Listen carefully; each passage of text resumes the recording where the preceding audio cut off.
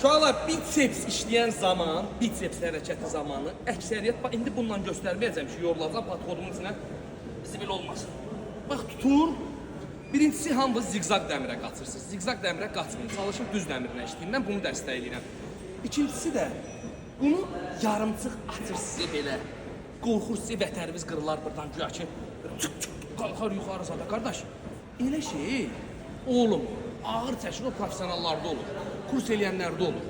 Sən naturalsın, sən götürmüsən normal çəkini, biləklər büküldü içəri, dirsəklər içəri, qaldırdın və bicepslə bilək içəri bükülərək.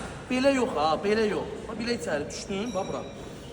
Tutaq ki, talçoq vermək istəyirsən, mən səni başa düşürəm. Talçoq verəndə də qardaş, götürür də. Ver qaldır, amma yenə də bunu bicepsdən bıraq. İndi sizə bunu praktik olaraq bir dənə göstərim.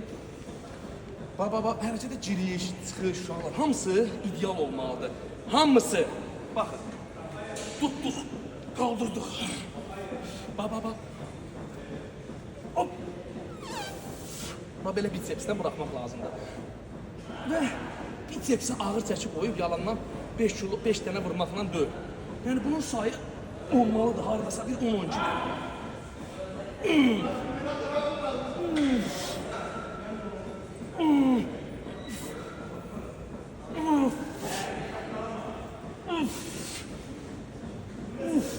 Baba. Bayce direndi, yavaş bıraxdıq, qoyduq yerinə, deməni açdıq, dincəldik. Hərəkətləri diqqətli edin, matça.